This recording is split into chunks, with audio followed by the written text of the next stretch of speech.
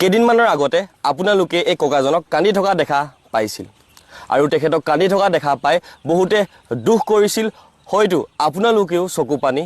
টুকিছিল আৰু তেখেতৰ মুখতো চাগে কেইদিনমানৰ পাছত আকৌ হাঁহি বিৰিঙি উঠিব কাৰণ কেলে কাৰণ তেখেতৰ নতুনকৈ ঘৰ এখন সাজি থকা হৈছে একদম পুৰণা ঘৰটো লাগি থকাকে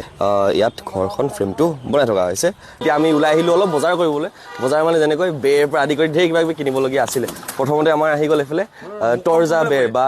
ৰেডিমেড বেৰ বুলি কোৱা যায় যে সেয়া লোৱা হ'ল 1 নম্বৰটো এতিয়া আমাৰ দ্বিতীয়টো বস্তু সেয়া হৈছে টিনপাত এতিয়া টিনপাত ধুনীয়াকৈ লৈ লোৱা হ'ল এনেকুৱা থাকিব ককা এনেকুৱা থাকিব একদিকে জোখ লেগে লাগি ন কনচাৰ্টকে বেছি এইডাল বাঁহে জোখত হ'বগৈ জোখা বাঁহ হয় এই যে মাজৰ